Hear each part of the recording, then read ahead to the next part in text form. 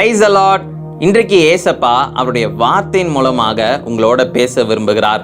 இன்றைய பலப்படுத்தும் வார்த்தை 1 சாமுவேல் 2வது அதிகாரம் 8வது வசனம். 1 சாமுவேல் chapter 2 verse 8. அவர் சிறியவனை புழுதியிலிருந்து எடுத்து எளியவனை குப்பையிலிருந்து உயர்த்துகிறார். He raises the poor from the dust and lifts the needy from the trash heap. வேத வசனத்தின் மூலமாக இன்னைக்கு ஆவியானவர் உங்களை பார்த்து சொல்லுகிறார், கர்த்தர் இந்த உலகத்துல உங்களை அதிகமாக நேசிக்கிறார் என்று. உங்களுடைய வாழ்க்கையில நீங்க ஏதோ ஒரு பாவத்தின் சேற்றில நீங்க வாழ்ந்து கொண்டிருந்தீங்க. அந்த தூசியிலிருந்து கர்த்தர், அந்த ஒரு பழைய ஒரு அருவருப்பான ஒரு வாழ்க்கையிலிருந்து கர்த்தர் உங்களை அதை விட்டு விலகி வருகிறதற்கு கர்த்தர் உங்களுக்கு ஒரு பலனை கொடுத்து, அந்த ஒரு அழுக்கான வாழ்க்கையிலிருந்து கர்த்தர் உங்களை அதிலிருந்து எடுத்து கர்த்தர் உங்களை உயர்த்துகிற தேவனாக இருக்கிறார் என்று வேத வசனத்தின் மூலமாக ஆவியானவர் உங்களை பார்த்து சொல்லுகிறார். இன்றைக்கு உங்களுடைய வாழ்க்கையில நீங்க ஒன்றுமே இல்லாதது போல நீங்க இருக்கலாம்.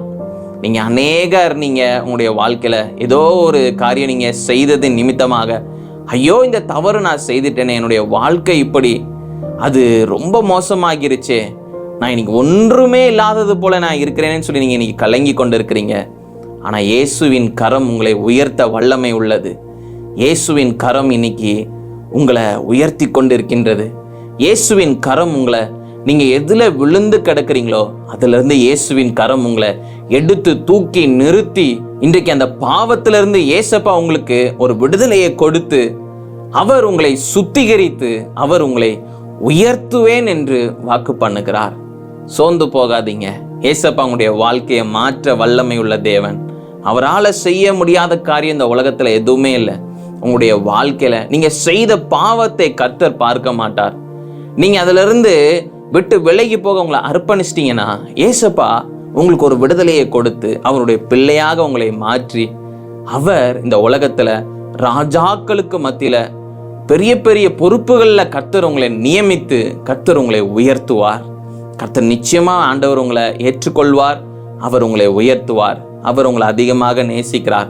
ஒரு தகப்பனுடைய அன்பு, தன்னுடைய பிள்ளை என்ன தப்பு பண்ணாலும், இனி அந்த தப்பு பண்ணாதமா, நான் உன்னை ஏற்றுக்கொள்கிறேன் அப்படின்னு சொல்லி அவருடைய அன்பு எல்லாவற்றையும் ஏற்றுக்கொள்ளும்.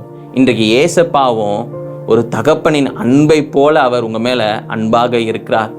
அவர் அதிகமான அன்பு வைத்திருக்கிறார்.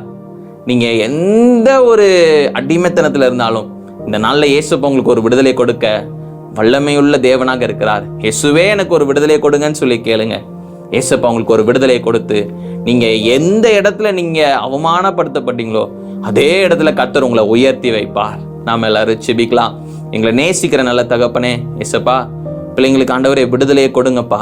அநேக பிரச்சனைகள், அநேக பிசாசின் தந்திரங்கள்ல சிக்கி கொண்டு இருக்கிறாங்க. அநேக பாவ அடிமைத்தனத்துல சிக்கி கொண்டு இருக்கிறாங்க. இயேசுவே இந்த நேரத்துல பிள்ளைங்களுக்கு ஒரு விடுதலையை நீங்க கொடுங்க சுவாமி. பிள்ளைங்களை உயர்த்துங்க ஆண்டவரே.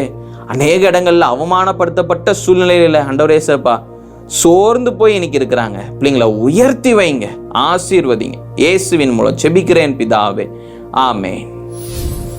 பாவத்தின் சேற்றில் சிக்கி கொண்டிருந்த நம்மளை கர்த்தர் நமக்கு ஒரு விடுதலையை கொடுத்து கர்த்தர் நம்மளை உயர்த்தி வைக்கிற வல்லமையுள்ள தேவனாக இருக்கிறார். அவர் உங்களுக்கு விடுதலையை கொடுத்திருக்கிறார். அவர் உங்களுடைய வாழ்வை மாற்றுவார். நீங்க இன்னைக்கு இருக்கிற அந்த சூழ்நிலைகளை பார்த்து சோர்ந்து போகாதீங்க. கர்த்தர் உங்களுக்கு விடுதலையை கொடுத்திருக்கிறார். உங்களை நிச்சயம் உயர்த்துவார், ஆசீர்வதிப்பார். கர்த்தர் உங்களை ஆசீர்வதிப்பாராக. ஆமென்.